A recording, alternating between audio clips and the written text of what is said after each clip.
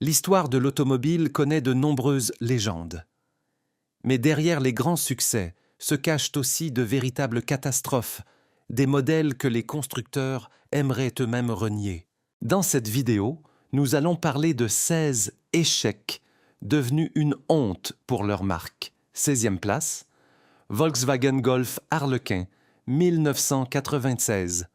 Techniquement, c'était une Golf Car tout à fait ordinaire, mais côté design, l'un des projets les plus étranges de l'histoire automobile. La Harlequin se distinguait par une carrosserie multicolore. Portières jaunes, ailes vertes, capot rouge et toit bleu. Le résultat ressemblait à une voiture assemblée à partir de pièces d'épave. Volkswagen a lancé cette série comme une édition limitée. Chaque véhicule était d'abord peint dans une seule couleur, puis ces panneaux de carrosserie étaient échangés à la main entre différents exemplaires selon un schéma précis. Bien que la voiture elle-même fût fiable et confortable, son apparence évoquait un puzzle géant. La majorité des clients n'a pas compris le concept et le modèle a été un échec. Aujourd'hui, la Harlequin est un objet rare parmi les collectionneurs, mais à l'époque, elle représentait l'un des pires choix marketing de la marque. 15e place. Reliant Robin, de 1973 à 2001.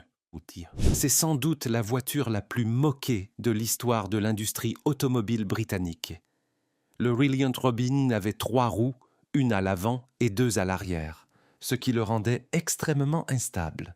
La voiture se renversait facilement dans les virages, surtout à grande vitesse. La carrosserie en fibre de verre n'offrait quasiment aucune protection en cas d'accident, ce qui n'était pas rare. Et pourtant, malgré ce danger évident, le modèle est resté en production pendant près de 30 ans. La raison ?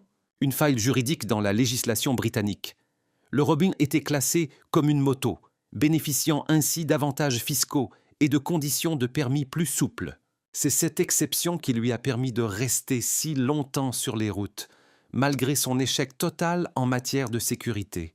Le Reliant Robin est entré dans l'histoire comme l'un des véhicules de série les plus étranges et controversés jamais commercialisés. 14e place. Bricklin S-Vin, de 1974 à 1976. Les échecs automobiles peuvent survenir dans n'importe quel pays, et celui-ci nous vient du Canada. Le Bricklin S-Vin. Ce véhicule se voulait un modèle de sécurité, mais en réalité, tout a rapidement tourné au désastre. La carrosserie était faite d'un plastique acrylique coloré censé résister aux bosses. En pratique, les panneaux se fissuraient au moindre choc et devaient être entièrement remplacés. Les portes en élytre avaient un style spectaculaire, mais elles tombaient souvent en panne, emprisonnant les passagers à l'intérieur. La qualité d'assemblage était catastrophique. Les interstices entre les pièces étaient si larges que la pluie et le vent s'infiltraient dans l'habitacle. Moins de 3000 exemplaires ont été produits avant que l'entreprise ne fasse faillite. Le Bricklin S-20 est resté dans l'histoire comme un projet paradoxal, une voiture conçue pour la sécurité, mais incapable d'ouvrir ses propres portes. 13e place. SsangYong Rodius, de 2004 à 2019. Ce minivan coréen est souvent cité comme l'une des voitures de série les plus laides de l'histoire. Selon son designer, il s'est inspiré des formes des yachts de luxe, mais en réalité, le Rodius donnait l'impression d'avoir été fondu puis remonté à l'aveugle. Le véhicule présentait une étrange bosse sur le toit, des proportions incohérentes à l'arrière et une face avant figée dans une sorte de grimace douloureuse. Un critique a même déclaré: « On dirait une voiture dessinée par quelqu'un qui n'en a jamais vu une de sa vie. » Et pourtant, malgré son apparence, le Rodius est resté en production pendant 15 ans. Un restylage a légèrement atténué son étrangeté, mais le modèle continuait à défier toutes les règles du design automobile. Ce véhicule est un exemple frappant de ce qui peut arriver lorsque même des dizaines de validations et de groupes de discussion ne parviennent pas à enrayer une catastrophe esthétique née d'une idée ratée. 12e place, Renault Aventim, 2002. Voici l'un des véhicules de série les plus étranges ayant jamais atteint le marché. Le Renault Avantime a été conçu comme un hybride entre un monospace et un coupé, deux types de carrosserie que personne n'avait jamais voulu voir combinés. Le résultat ? Une voiture à deux portes, aussi longue et haute qu'un monospace, avec d'immenses portières de style sportif. Ces portes étaient si lourdes et larges que se garer à côté d'un autre véhicule devenait un casse-tête. L'Avantime ne possédait pas de montant central, ce qui soulevait des questions sur la rigidité de la carrosserie. Quant à la tenue de route, elle était loin d'être sportive malgré les ambitions affichées. Les acheteurs ne savaient tout simplement pas à quel segment appartenait cette voiture. Ce flou a conduit à un échec commercial. Seulement 8550 exemplaires ont été vendus avant que la production ne s'arrête. Le Renault Avantime est resté dans l'histoire comme un exemple d'innovation sans but, une tentative de résoudre un problème qui n'existait pas. 11e place, Lincoln Blackwood, 2002. Il s'agit de l'un des véhicules de série ayant eu la durée de vie la plus courte de l'histoire.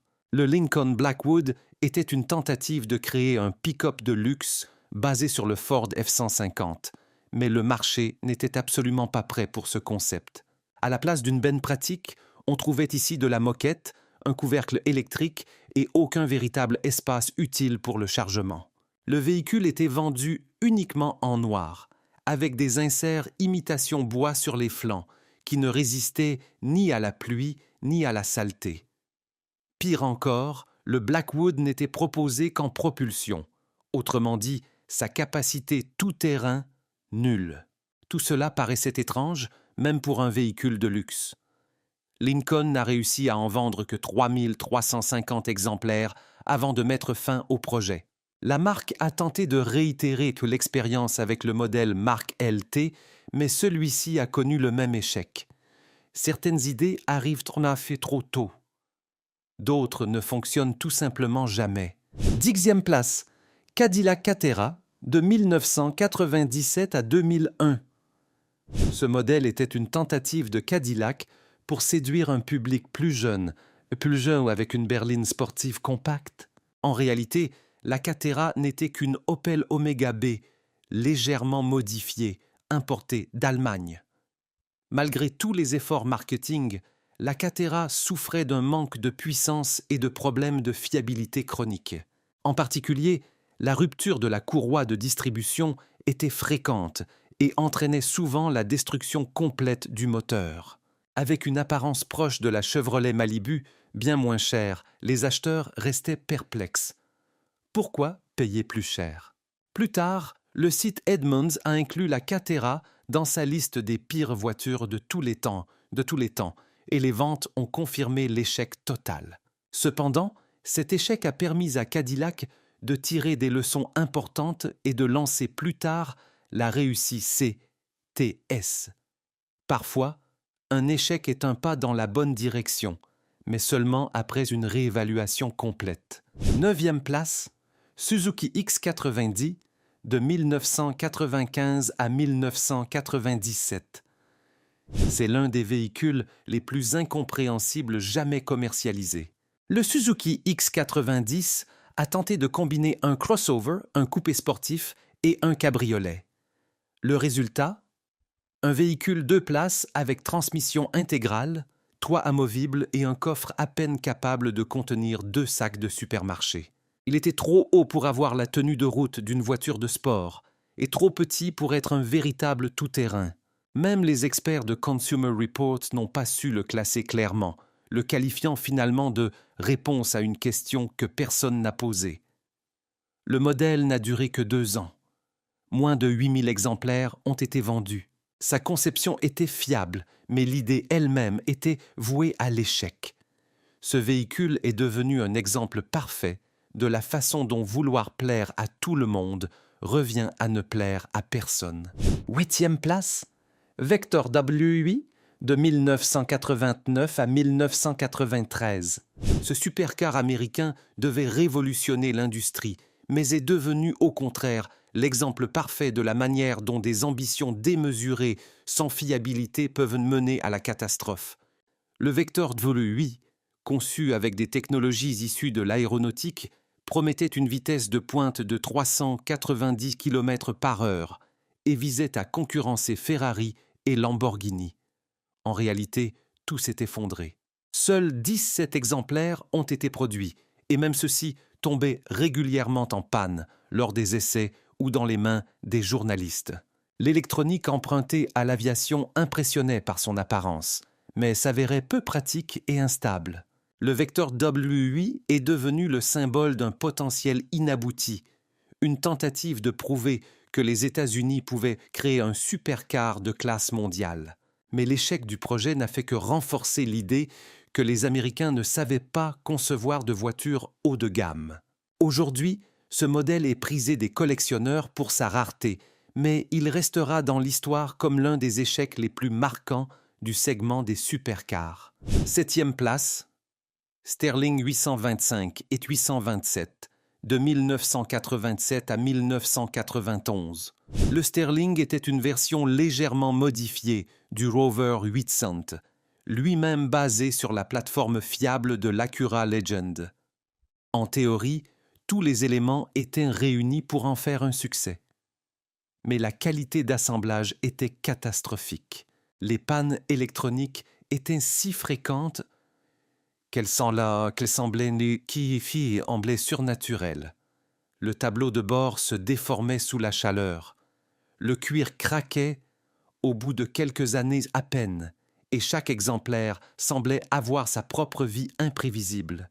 Malgré une bonne mécanique fournie par Honda, un design séduisant et un certain engouement initial, les ventes se sont effondrées. Moins de 35 000 unités ont été vendues, après quoi la marque Sterling a complètement disparu du marché.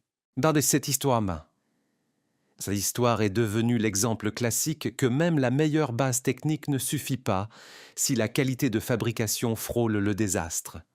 6e place, FSO polonaise, de 1978 à 2002. Ce modèle est devenu le symbole des problèmes de l'industrie automobile socialiste. Le FSO polonais était basé sur la plateforme obsolète de la Fiat 125P, et son design anguleux des années 70 a très peu évolué pendant 24 ans. La qualité de fabrication était catastrophique. Des écarts mal alignés, des panneaux mal fixés, des pannes constantes et un habitacle conçu comme s'il voulait punir le conducteur. Plastique dur, sièges inconfortables, pièces qui grincent, tout cela faisait partie de l'équipement de série. Un jour, un critique a qualifié la voiture de pur déjeuner pour chien, car les pièces tombaient littéralement pendant la conduite. Malgré tout cela, le Polonais est resté en production jusqu'en 2002, presque sans changement. La raison est simple. Dans une économie planifiée, il n'y avait tout simplement pas d'alternative. Cette voiture est devenue un anachronisme vivant, symbole d'une industrie figée dans les années 70 alors que le reste du monde avait largement avancé. 5e place, Leyland P76, de 1973 à 1975. Ce modèle est considéré comme la voiture la plus tristement célèbre de l'histoire australienne. La Leyland P76 devait être une alternative locale aux grandes berlines Holden et Ford, conçues et assemblées sur le sol australien. Mais au lieu d'un triomphe, ce fut une honte nationale. Bien que la voiture ait été élue voiture de l'année par Motor Magazine en 1973, la réalité était tout autre. Les portières ne se fermaient pas, le tableau de bord se désintégrait et le câblage semblait animé d'une volonté propre. Un critique a même déclaré que le design donnait l'impression qu'on avait frappé la voiture avec un bâton de laideur. La production a été arrêtée après seulement 2 ans, avec moins de 20 000 exemplaires vendus. Malgré cela, les rares survivantes sont devenues des pièces de collection, non pas pour leur qualité, mais parce que la plupart ont pourri ou se sont désintégrés. La Leyland P 76 reste dans les mémoires comme l'exemple ultime d'un échec massif et public. 4e place, VEAZ 20 et 101 de 1970 à 2013. Cette voiture est devenue le symbole de l'approche soviétique de l'ingénierie. Simplicité, survie et absence totale de plaisir de conduite. La Mercedes 2101, exportée sous les noms de Lada ou Lada Riva, était un clone de la Fiat 124, mais avec des améliorations locales. La qualité d'assemblage correspondait aux standards de l'URSS. Les panneaux vibraient, la carrosserie rouillait à vue d'œil, et la tenue de route comme les performances suscitaient uniquement de la mélancolie. Un jour, ce véhicule a été qualifié de pire voiture du monde, en raison de sa puissance dérisoire, de sa suspension misérable et de sa tendance à tomber en morceaux sans avertissement. Et pourtant, plus de 20 millions d'exemplaires ont été produits. La voiture pouvait être réparée avec un marteau, du fil de fer et des moyens improvisés. C'est précisément ce qui lui a permis de survivre dans un contexte où fiabilité et confort étaient des luxes. La VEAZ 20 et 101, ce n'est pas juste une voiture dépassée. C'est une philosophie industrielle où l'essentiel, c'est que ça avance, peu importe comment. 3e place, Subaru 360 de 1968 à 1970. Cette micro-voiture japonaise a provoqué un véritable choc sur le marché. Avec un poids inférieur à 500 kg et un moteur de 0,3 litres développant seulement 25 chevaux, la Subaru 360 ressemblait à un jouet face aux berlines américaines. Grandeur nature des années 60. Le 0 à 100 km/h prenait plus de 37 secondes, si tant est que la voiture y parvienne. Par vent latéral fort, elle était littéralement soufflée hors de sa voie. Consumer Reports a déclaré le modèle dangereux. Malgré les tentatives de la présenter comme une solution bon marché et pratique, les acheteurs n'ont tout simplement pas adhéré. Les ventes ont échoué et la marque a failli disparaître. Mais cet échec initial a obligé Subaru à revoir sa stratégie. Des années plus tard, cela a conduit à la création de modèles pratiques à transmission intégrale qui ont marqué le véritable début du succès mondial de la marque, y compris en Russie. 2e place, Nash Austin Metropolitan, de 1954 à 1962. Ce modèle est un exemple frappant de la manière dont une tentative de satisfaire 2 marchés à la fois peut aboutir à un échec sur les 2 fronts. Le Metropolitan a été conçu aux États-Unis mais assemblé au Royaume-Uni. Le résultat, un étrange hybride petit au design caricatural, avec un moteur de 1,2 litres qui peinait à faire avancer la voiture en ligne droite. La tenue de route à grande vitesse était si imprévisible que le véhicule était considéré comme dangereux. Un critique l'a décrit comme l'une des voitures les plus répugnantes jamais créées. En Europe, où les voitures compactes étaient la norme, un peu plus de 9000 exemplaires ont été vendus. Mais sur les autres marchés, le modèle n'a pas trouvé preneur, trop lent, trop exigu, trop faible pour les routes rurales et les longues distances. Le Nash Metropolitan reste dans l'histoire comme un rappel clair. Ignorer les spécificités d'un marché, c'est risquer de ne plaire à personne. 1e place, Triumph Mayflower, de 1949 à 1953. Le Triumph Mayflower était censé être une voiture compacte au design taillé au couteau, censé rappeler les lignes d'un Rolls-Royce. En réalité, c'était une petite automobile qui semblait être passée par erreur à la machine à laver, sérieuse dans ses intentions, mais miniature et aux proportions bancales. Sous le capot, on trouvait un moteur de 1,25 litres développant 38 chevaux. La vitesse maximale atteignait environ 166 km/h. Mais la tenue de route restait douteuse et la fiabilité était loin d'être assurée. Un journaliste automobile l'a un jour qualifiée de « voiture la plus laide jamais créée ». En Amérique du Nord, à peine 500 exemplaires ont été écoulés, accueillis avec moquerie et incompréhension. Le modèle est resté en production seulement 4 ans, avec environ 35 000 unités produites dans le monde entier. Le Triumph Mayflower est devenu un exemple frappant de perte totale de repères. Pour qui ce produit était destiné, à quoi il servait,